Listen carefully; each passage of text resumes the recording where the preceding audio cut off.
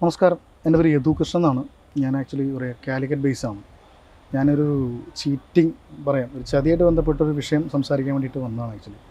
അതായത് നമ്മളെപ്പോലെ കുറേ സിനിമ ആഗ്രഹിക്കുന്ന ആളുകൾ ഒരുപാട് പേരുണ്ട്. ഒരു കഥയൊക്കെ പറയാൻ പോയിട്ടുണ്ടാകുന്ന ഓരോ ചീറ്റിങ്ങാണ്. അപ്പോൾ എനിക്കുണ്ടായ ഒരു അനുഭവം പറയണമെന്നുണ്ടായിരുന്നു.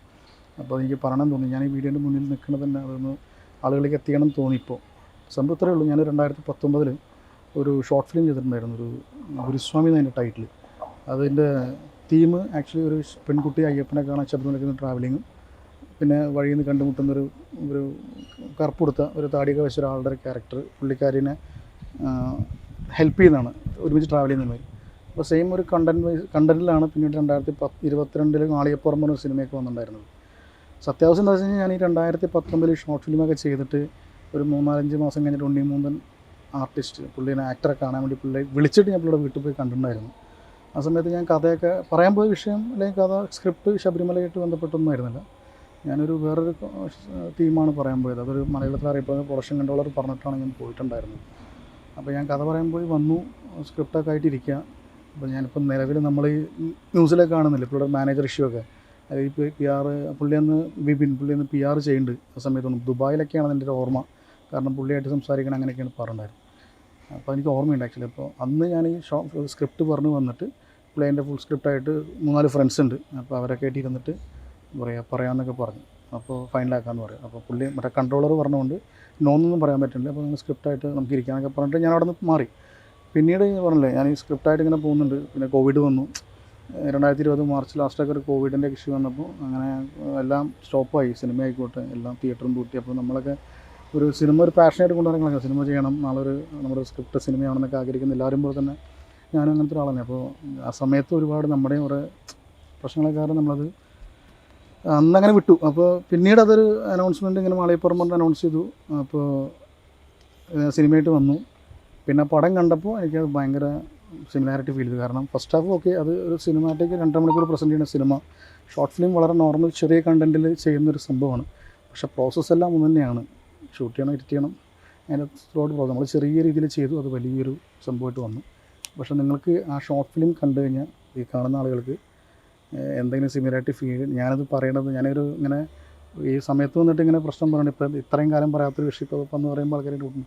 ഇപ്പോൾ പറയണം തോന്നി. അത് എൻ്റെ കാരണം പലതാണ്. അപ്പോൾ എൻ്റെ ഒരു എനിക്കറിയാവുന്ന എൻ്റെ വളരെ ക്ലോസ് സർക്കിളുള്ള ആൾക്കാരും ശരി നീ പറയും, അന്നൊന്നും ഞാൻ പറയാൻ കാര്യം. പക്ഷേ ഇതിനെക്കുറിച്ച് ഒരാൾ പറഞ്ഞിട്ടുണ്ട്. അതെൻ്റെ ഒരു അറിയുന്നൊരു വ്യക്തിയാണ്. പുള്ളി നമ്മൾ സുരേഷ് ഗോപി സാർ രാജ്യസഭയിൽ TP51 സിനിമ റിലീസ് ചെയ്യണമെന്നൊക്കെ പറഞ്ഞിട്ട് നിങ്ങൾ കണ്ടിട്ടുണ്ടാകും. ആ സിനിമയുടെ സംവിധായകനുണ്ട് മൊയ്തു താഴത്ത് കൊണ്ട് അറിയാവുന്നൊരു വ്യക്തിയാണ്. നമ്മുടെ സുഹൃത്തിനെ പോലെ ഒരാളാണ്, സുഹൃത്ത് തന്നെയാണ്. അപ്പോൾ പുള്ളിക്കാരൻ ആക്ച്വലി പറയുക ഈ സംഭവം ഇവിടെ ചാനലിൽ വളരെ ക്ലാരിറ്റി ആയിട്ട് പറഞ്ഞിട്ടുണ്ട് മുമ്പ്. പക്ഷെ അതൊന്നും ആളുകൾക്കൊന്നും വളരെ റീച്ചൊന്നും ആയില്ല. പക്ഷേ ഞാനത് കൂടുതലായിട്ട് മീഡിയേൻ്റെ മുമ്പിലൊന്നും പോയിട്ട് പറയാൻ നിന്നില്ല. പക്ഷേ എനിക്ക് ഇന്ന് പറയണമെന്ന് തോന്നി. അപ്പോൾ ഞാൻ ജസ്റ്റ് പറഞ്ഞതാണ്. അപ്പോൾ നിങ്ങൾക്ക് ആ സിനിമ കണ്ട ആളുകൾക്ക് ആ ഷോർട്ട് ഫിലിമിൻ്റെ പേര് ഗുരുസ്വാമി എന്നാണ്. അപ്പോൾ നിങ്ങൾക്ക് ഇങ്ങനെ കണ്ടിട്ട് നിങ്ങൾക്ക് എന്തെങ്കിലും തോന്നുകയാണെങ്കിൽ. നിങ്ങൾ ഉണ്ണിമൂന്നൻ്റെ അടുത്ത് എപ്പോഴാണ് ഈ നിങ്ങളുടെ കഥയായിട്ട് പോയത്? ഞാൻ പോയത് ഒരു 2019, എനിക്ക് ഡേറ്റ് ഓർമ്മയുണ്ട്, October 5.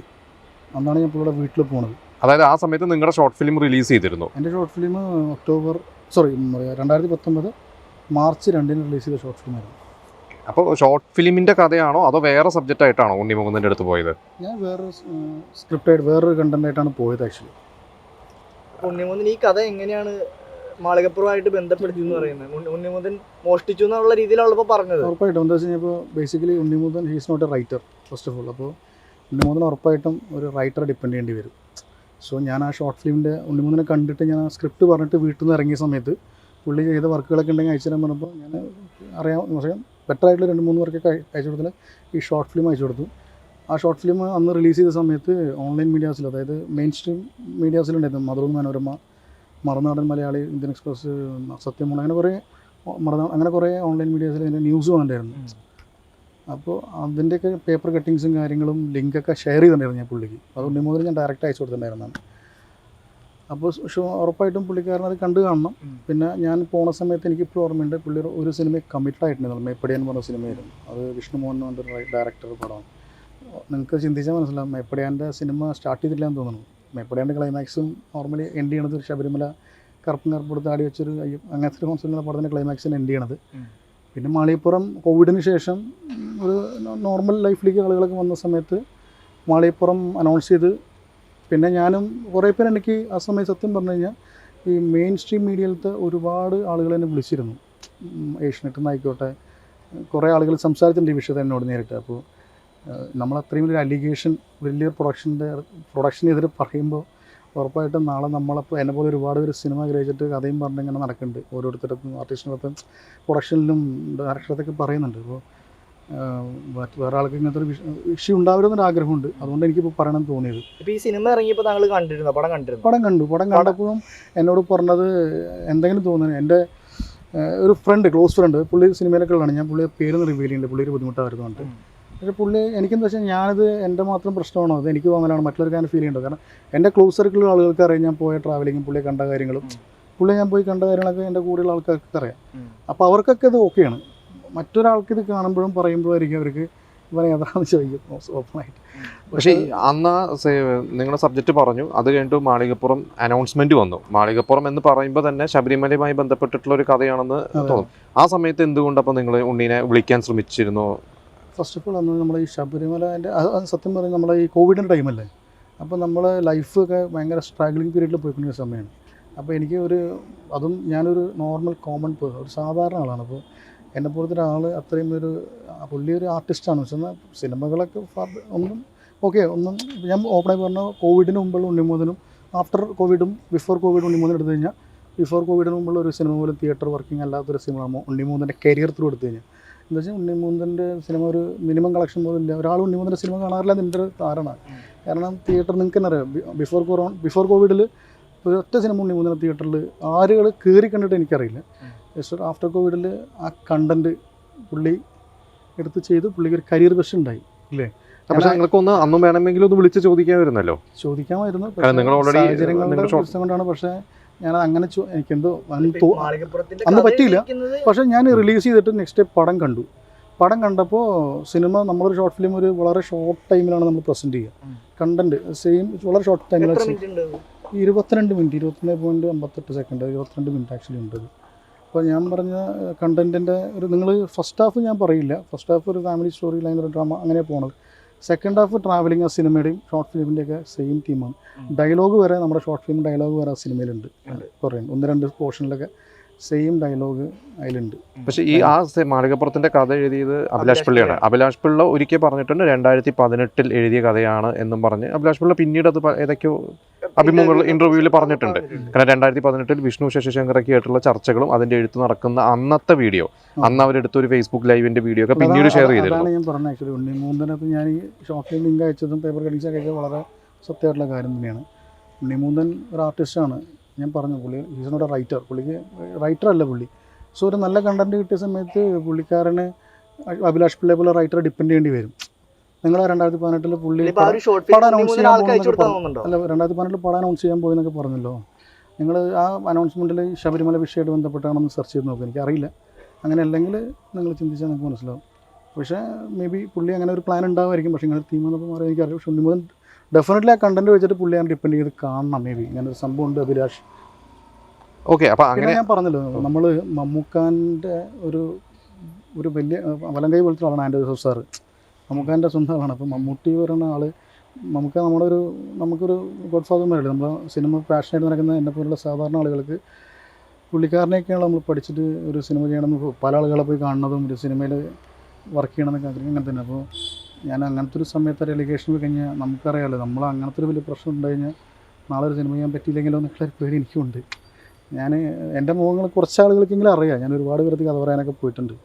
ആർട്ടിസ്റ്റ് ആയിക്കോട്ടെ, പ്രൊഡക്ഷൻ ആയിക്കോട്ടെ, ഒരുപാട് അടുത്ത് പോയിട്ടുണ്ട്. നിലവിൽ ഇത് തന്നെയാണ് ആക്ച്വലി ഈ പടത്തിൻ്റെയാണ്. എനിക്ക് ഒരുപാട് പേരെടുത്ത് കഥ പറയാൻ പോയി എന്നൊക്കെ പറഞ്ഞു, അത് ചോദിച്ചതാണ്. ഒരുപാട് പേർക്ക് കഥ പറയാൻ വേണ്ടി. പക്ഷേ ഞാൻ പറഞ്ഞ കഥകൾ ഇതുവരെ ഒന്നും വേറെ ഒന്നായിട്ട് വന്നിട്ടൊന്നുമില്ല. പക്ഷേ ഇതൊരു നമ്മളല്ലോ ഷോർട്ട് ഫിലിം കണ്ടൻറ്റ് പിന്നീട് ഒരു സിനിമയായിട്ട് വന്നപ്പോൾ എനിക്ക് ഉറപ്പായിട്ട് എൻ്റെയാണെന്ന് പറയാൻ പറ്റും. പിന്നെ ഞാൻ പറഞ്ഞല്ലോ, എന്നെ അറിയുന്ന എൻ്റെ സർക്കിൾ ആളുകൾക്ക് അത് വിശ്വസിക്കാൻ പ്രശ്നങ്ങളൊന്നുമില്ല. അവർക്ക് അതിൻ്റെ സത്യാവസ്ഥ അറിയാൻ പോയി. 2022 ഡിസംബറിലാണ് മാളികപ്പുറം ഇറങ്ങിയത്. 22 ഇപ്പോൾ 2.5 വർഷം കഴിഞ്ഞു. അതെ.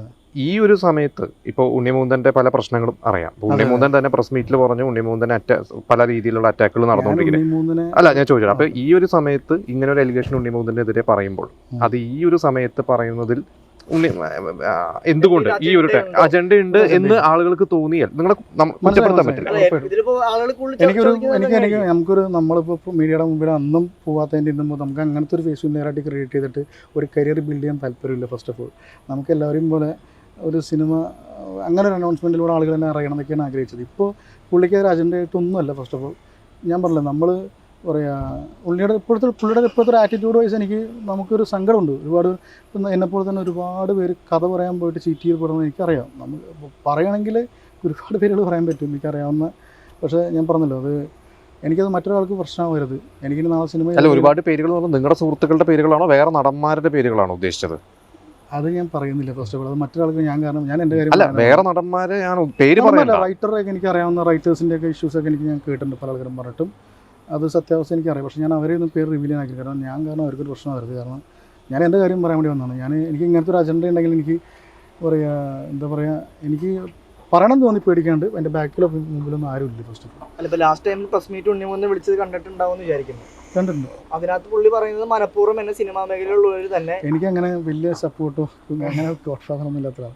ഞാൻ സാധാരണ സിമ്പിളായിട്ട് നമ്മളിപ്പോൾ ഒരാൾ അസിസ്റ്റൻ്റ് പോലും ചെയ്യാതെ ഞാൻ 8 വർഷമായിട്ട് ഇൻഡിപെൻഡൻ്റ് ആയിട്ട് നമ്മുടെ ഓരോ ടീംസും നമ്മുടെ ഓരോ സുഹൃത്തുക്കളൊക്കെ ആയിട്ട് ഓരോ ചെറിയ വർക്കുകളൊക്കെ ചെയ്തിട്ട്, അതായത് ലേണിംഗ് പ്രോസസ്സാണ് cinema how to make a cinema എന്നുള്ളത്. അല്ല, ഈ ഒരു സമയമായതുകൊണ്ടാണ് അങ്ങനെ ഒരു സംശയം ആളുകൾക്ക് തീർച്ചയായിട്ടും. പക്ഷേ ഞാൻ ഒരിക്കലും എനിക്ക് ഒരാളെ ഉപദ്രവിക്കണം എന്ന് ആഗ്രഹിക്കുന്ന ആളുമല്ല. പിന്നെ ഉണ്ണിമൂന്നിനോട് എനിക്ക് വ്യക്തിപരമാക്കി അങ്ങനത്തെ ഒരു പ്രതികാര ബുദ്ധിയൊന്നുമില്ല. പക്ഷേ എനിക്കിത് ഞാനില്ല, ഒരിക്കലും ഇല്ല. ഉറപ്പായിട്ട് ഞാൻ അതിനുശേഷം ഞാൻ പുള്ളിയുടെ കോവിഡ് ടൈമിൽ എൻ്റെ സുഹൃത്ത് ചെയ്തൊരു പാട്ടിൻ്റെ റിലീസ് ചോദിച്ചിട്ടുണ്ടായിരുന്നു. പറഞ്ഞിട്ട് ഒന്നുമില്ല, പാട്ടൊന്ന് പ്രൊമോട്ട് ചെയ്ത് പേജിലിടാൻ പറ്റുമെന്ന്. പുള്ളി ചെയ്തിട്ടില്ല. പുള്ളി ചെയ്തു തന്നില്ല കേട്ടോ. കുറ്റമായിട്ട് പറയില്ല, അത് പുള്ളിയുടെ ഇഷ്ടമാണല്ലോ, ചെയ്യണം വേണ്ടത്. പക്ഷെ അത് ചെയ്തിട്ടില്ല. പുള്ളിയുടെ വിപിൻ എന്ന് പറഞ്ഞായിട്ട് എനിക്ക് കണക്ഷൻ ഉണ്ടായിരുന്ന സമയത്ത് പുള്ളിക്ക് അയച്ചു കൊടുത്തിട്ട് എനിക്ക് ഓർമ്മയുണ്ട്. പിന്നെ പുള്ളിയുടെ ഒരു മേക്കപ്പ് മാൻ ഉണ്ട്, മേപ്പടിയാനൊക്കെ ചെയ്താണ്. അരുണായൂർ എന്നാണ് പുള്ളിയുടെ പേര്. പുള്ളിയായിട്ട് ആ സമയത്ത് ചാറ്റിലൊക്കെ ഉണ്ടായിരുന്നു ഞാൻ. അപ്പോൾ ഈ വിപിനെ പരിചയമുണ്ട്, ഇപ്പോൾ ഈ പറയുന്ന അരുണിനെ പരിചയമുണ്ട്. അപ്പോൾ ഇവരോടൊന്നും നിങ്ങൾക്ക് ഒരു അനൗൺസ്മെന്റ് വന്ന സമയത്തോ അല്ലെങ്കിൽ ഇതിൻ്റെ ഒരു ഷൂട്ട് നടക്കുന്ന സമയത്തോ എൻ്റെ സിറ്റുവേഷൻ എന്ന് വെച്ചാൽ ലൈഫൊക്കെ മൂവ് ഓൺ ചെയ്യാൻ ഭയങ്കര ബുദ്ധിമുട്ടുള്ള ടൈമാണ്. എന്താ പറഞ്ഞാൽ ഈ കോവിഡിൻ്റെ ഒക്കെ ടൈമിൽ സിനിമേനേക്കാൾ പ്രയോറിറ്റി ഫാമിലി ആണെങ്കിൽ അമ്മയത്തിനൊക്കെ ഒരുപാട് പ്രോബ്ലംസ് ഉണ്ട്. അപ്പോൾ നമ്മൾ അങ്ങനത്തെ ഒരു മൈൻഡ് സെറ്റിൽ സാഹചര്യം പോയിക്കൊണ്ടിരിക്കുന്ന സമയമാണ്. പിന്നെ അവിടെ നിന്ന് ഞാൻ പറഞ്ഞു, നമുക്കൊരു ഞാനൊരു ഫാർമ വർക്ക് ചെയ്യുന്ന ഒരാളായിരുന്നു. മീഡിയ സൈഡിൽ 8 വർഷമായിട്ട് ഇൻഡിപെൻഡൻ്റ് വർക്ക് ചെയ്യുന്നുണ്ട്. പേഴ്സണലി പ്രൊഫഷനിൽ ഞാനൊരു ഫാർമ മെഡിക്കൽ റെപ്രസെൻറ്റേറ്റീവായിട്ട് വർക്ക് ചെയ്തതാണ്. അപ്പോൾ ഞാൻ ആ സമയത്ത് നമ്മുടെ ഒരു ചെറിയ കമ്പനിയും പ്രൊഡക്ഷനൊക്കെ ആയിട്ട് ഇങ്ങനെ ചെറിയ പ്ലാനിലൊക്കെ ആയിരുന്നു. അപ്പോൾ അതിൻ്റെ സൈഡിൽ കൂടെ ഞാൻ ഈ സിനിമ ട്രൈ ചെയ്യുന്നുണ്ട്. പക്ഷേ പ്രയോറിറ്റി ഫസ്റ്റ് ഓഫ് ഓൾ ഒരു 70-80% സിനിമയ്ക്കേ കൊടുത്തിട്ടുള്ളൂ ലൈഫിൽ. ഞാൻ പറഞ്ഞല്ലോ, ഒരുപാട് നല്ല നല്ല പ്രൊഡക്ഷനൊക്കെ കഥ പറഞ്ഞിട്ട് ഇപ്പോൾ സാഹചര്യമൊക്കെ നിൽക്കുന്നുണ്ട്. പക്ഷേ അതുപോലെ ഞാൻ പേടിക്കാതെ നിൽക്കണം. കാരണം നമുക്കൊരു പ്രൊഡക്ഷനായിട്ട് സിനിമയൊക്കെ ആഗ്രഹിച്ച് നിൽക്കുന്ന സമയത്ത് ഓക്കെ നിൽക്കണം. എന്നിട്ട് എനിക്കത് പറയാൻ തോന്നാൻ കാരണം എന്ന് വെച്ച് കഴിഞ്ഞാൽ എനിക്കത് പറയണം തോന്നും. ഇനി നാളെ സിനിമ കിട്ടിയില്ലെങ്കിൽ ഇപ്പോൾ ആരാ നെഗറ്റീവ് പറഞ്ഞാൽ എനിക്ക് വിഷയമല്ല. നമ്മൾ അന്ന് പറയാത്തതിന് ഒരു മെയിൻ റീസൺ വെച്ച് കഴിഞ്ഞാൽ കേരളത്തിൽ ട്രോൾ മെറ്റീരിയൽ അവിടെ നിന്ന് ആഗ്രഹം കൊണ്ട് ഇതിപ്പോൾ കഴിഞ്ഞതിപ്പോൾ എന്താണെന്ന് അറിയില്ല. പക്ഷേ ഇത് പറയാൻ തോന്നി. ഇനിയിപ്പോൾ എന്തായാലും ഫേസ് ചെയ്യാം. എനിക്ക് അങ്ങനത്തെ പ്രശ്നങ്ങളൊന്നുമില്ല. എൻ്റെ പിന്നിലൊന്നും ആരുമില്ല. ഫസ്റ്റ് ഓഫ് ഓൾ എനിക്കറിയാം. അത് ഞാൻ പറയണത് ആക്ച്വലി സത്യാവസ്ഥ വെച്ച് കഴിഞ്ഞാൽ ഞാൻ പറയണത് ഷോർട്ട് ഫിലിം ഭയങ്കര മകളിപ്പുറം ചെയ്തമാതിരി ഭയങ്കര ക്ലാരിറ്റി ആയിട്ട് പ്രസൻറ്റ് ചെയ്തൊന്നും ഒരിക്കലും ബാധിക്കില്ല.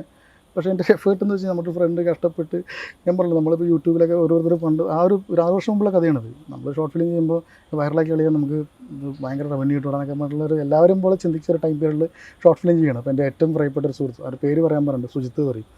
സുജിത്ത് വേണ്ടൊരാൾ അവൻ്റെ പൈസ എനിക്ക് തന്നാണ്. ഇപ്പോഴും പറയുക, അവൻ ഇപ്പോഴും എൻ്റെ അടുത്തൊരു എക്സ്പെക്റ്റേഷൻ ആണ്, നാളെ പറഞ്ഞു ചെയ്യുമോ, എൻ്റെ കഥകളൊക്കെ ഇഷ്ടമാണ്.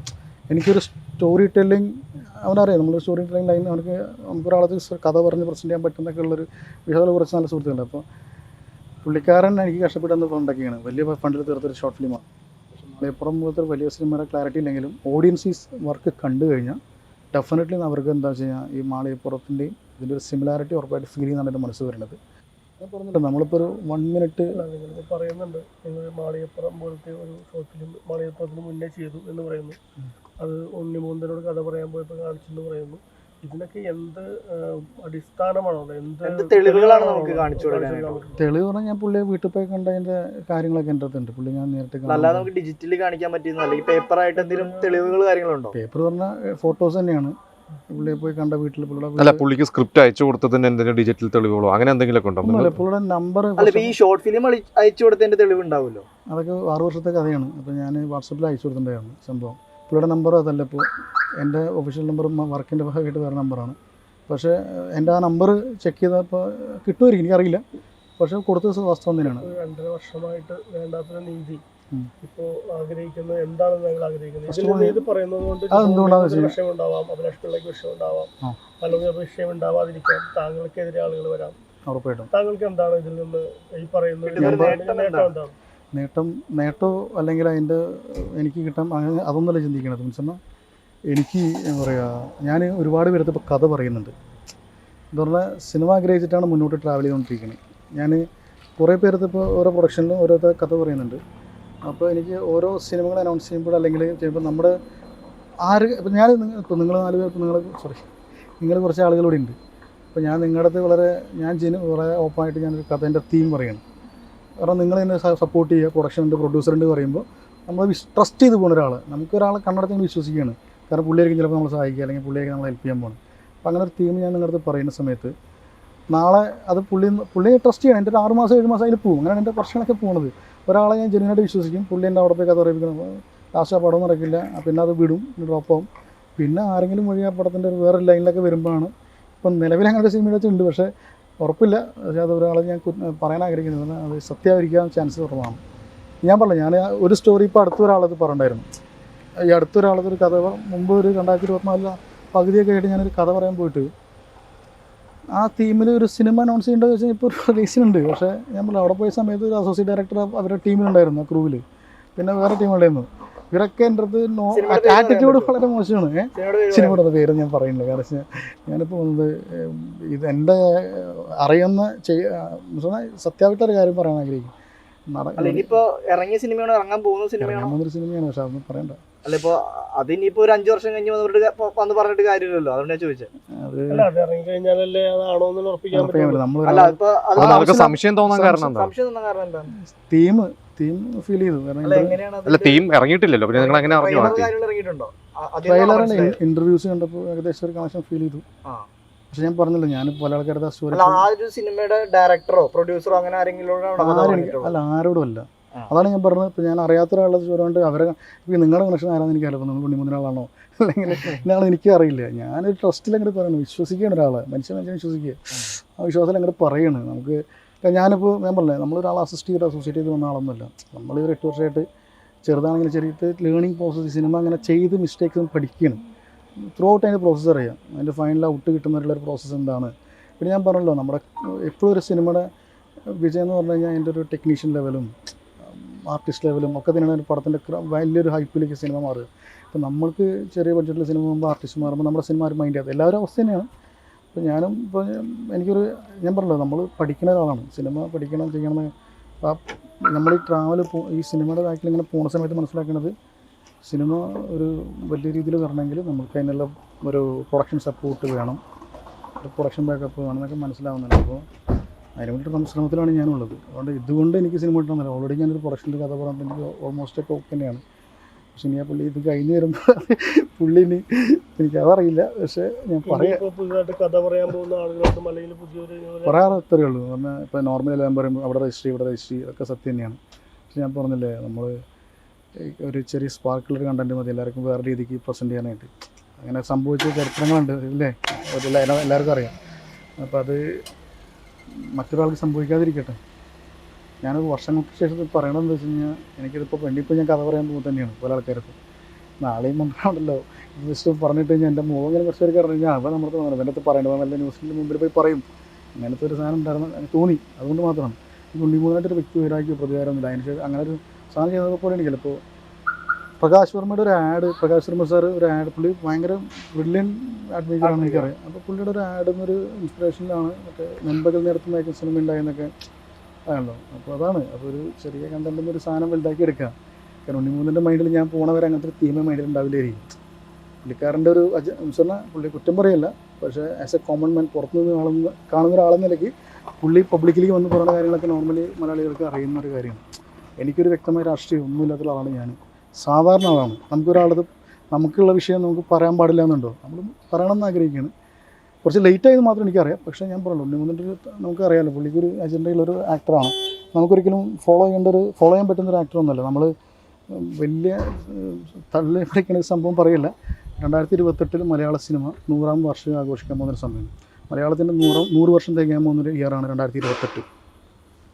അല്ല സത്യമല്ല, 2028 മലയാളത്തിൻ്റെ 100 വർഷം. വിഗതകുമാരൻ സ്റ്റാർട്ടിങ് മുതൽ ഈ ഒരു 100 വർഷത്തെ ഒരു എടുക്കുകയാണെങ്കിൽ, അതായത് മലയാളത്തിൻ്റെ ഫസ്റ്റ് സൂപ്പർ സ്റ്റാർ പറഞ്ഞ തെക്കുറിശി സുകുമാരൻ നായർ എന്ന് പറഞ്ഞിട്ട് തെക്കുറിശി സുകുമാരൻ നായർ സാറാണ് ഫസ്റ്റ് സൂപ്പർ സ്റ്റാർ പറയുന്നത്. അതിനുശേഷം മലയാളത്തിൽ പറയുമ്പോൾ സത്യൻ പ്രേംനസീർ സാർ, അതുപോലെ തന്നെ സുകുമാരൻ സോമൻ, മമ്മൂക്ക, മോഹൻലാൽ, ദുൽഖർ, പൃഥ്വിരാജ്, ആ ഒരു ലെവൽ ഓഫ് ആർട്ടിസ്റ്റിൻ്റെ ഒരു സ്പാൻ ഓഫ് ഒരു ആളുകളില്ലേ.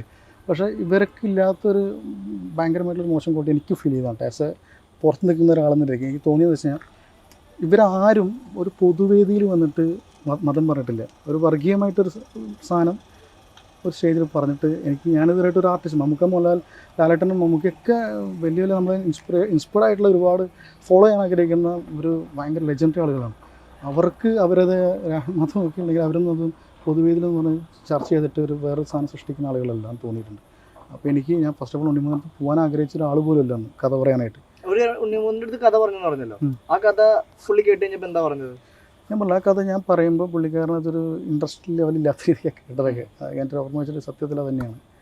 പിന്നീട് പുള്ളി പറയുക, എൻ്റെ ഫ്രണ്ട്സിന് 3-4 പേരുണ്ട്, അവരൊക്കെ ആയിട്ട് ഇരിക്കണം, അവരൊക്കെ ആയിട്ട് ഇരുന്നിട്ട് അവരും കൂടെ തീരുമാനിക്കണം പറഞ്ഞു. അപ്പം അങ്ങനെയാണ് ഇതിൻ്റെ ഒരു സംഭവം ഉണ്ടായത്. പിന്നെ ഞാനും പറഞ്ഞല്ലോ, ഞാനത് ഇതേ കൺട്രോളറത്ത് ഞാൻ ചോദിച്ചിട്ടുമുണ്ട് കേട്ടോ. പുള്ളിക്ക് തന്നെ ഓർമ്മയൊക്കെയുണ്ട്, അറിയാമായിരിക്കും. പക്ഷേ ഞാൻ പറഞ്ഞില്ല, പിന്നെ ഒരു ഫോളോ അപ്പ് ഒന്നും ഉണ്ടാവില്ലായിരിക്കും. ഫോളോ അപ്പ് ഒന്നും ഇട്ടിട്ടുണ്ടാവില്ല, അതിൻ്റെ ഒരു മിസ്റ്റേക്ക് ആയിരിക്കാം. പുറത്തുനിന്ന് കണ്ട് ക്വാളിറ്റി ഉണ്ടോ? ക്വാളിറ്റി അല്ല ഒന്നുമില്ല. നമ്മൾ പറഞ്ഞല്ലോ, നമ്മൾ പൊതു ഒരു ആക്ടർക്ക് ഒരു സോഷ്യൽ കമ്മിറ്റ്മെൻറ്റ് ഉണ്ടാവണം എന്നുള്ളൊരു സത്യാവസ്ഥയുണ്ട്. അത് പറഞ്ഞാൽ നമുക്ക് ഇത്രയും ഒരു ഓപ്പർച്യൂണിറ്റി കിട്ടി, ആൾക്കാർ റെപ്രസെൻ്റ് ചെയ്യുന്നൊരു ഓപ്പർച്യൂണിറ്റിയാണ് പൊതുവെ, അല്ലേ? നമുക്കിപ്പോൾ ഒരു സിനിമയിൽ ഇപ്പോൾ തുറന്നു പറയുകയാണെങ്കിൽ ഒരു സ്റ്റേജിൽ ഒരു പൊളിറ്റീഷ്യനോ അല്ലെങ്കിൽ ഒരു സിവിൽ സർവീസ് ചെയ്തൊരാളോ അല്ലെങ്കിൽ വേറൊരു തലത്തിലുള്ള ഒരു ആർട്ടിസ്റ്റ് വരുമ്പോൾ, ഏത് നോർമൽ ആർട്ടിസ്റ്റ് എത്ര വലിയ ആർട്ടിസ്റ്റ് ആയിക്കോട്ടെ, ആർട്ടിസ്റ്റ് വരുമ്പോൾ ഓഡിയൻസ് കൊടുക്കുന്നൊരു വാല്യൂ. അപ്പോൾ അവർ പറയുന്ന വാക്കുകളായിക്കോട്ടെ അല്ലെങ്കിൽ അവർ ഓഡിയൻസിനെ പ്രതിനിധീകരിച്ച് പറയുന്ന ഓരോ വിഷയങ്ങൾ അത് കണക്ട് ചെയ്യാൻ പറ്റുന്ന ഒരു സാധനങ്ങളായിരിക്കണം. അപ്പോൾ ഉണ്ണിമൂന്നൻ്റെ ഭാഗത്തുനിന്ന് എല്ലാവർക്കും അറിയാം, ഞാൻ പറഞ്ഞ കാര്യമൊന്നുമല്ല, നോർമലി പുള്ളിക്കാരൻ്റെ ഒരു പുള്ളിക്ക് അജണ്ട ഉണ്ടായിരുന്നു. പക്ഷേ അതൊരു നല്ല രീതിക്ക് ആയിരുന്നില്ല. പിന്നെ ഞാൻ പറഞ്ഞത് പുള്ളി അറിയാവുന്നതാണ് എല്ലാവർക്കും, പറഞ്ഞാൽ ഇപ്പോൾ കാണുന്നതാണ് ന്യൂസിലൊക്കെ പുള്ളിയുടെ ആറ്റിറ്റ്യൂഡ് അപ്പോൾ എനിക്ക് തോന്നിയിട്ട് പുള്ളി ഒരു യങ്സ്റ്റേഴ്സിന് ഒരു മാതൃകയാക്കാൻ പറ്റുന്ന ആളെല്ലാം തോന്നി. അതെൻ്റെ ഇത് മോഷ്ടിച്ചുകൊണ്ടെന്നൊന്നും പറയല്ല, എനിക്ക് ഫീൽ ചെയ്തൊരു കാര്യം പറഞ്ഞതാണ്.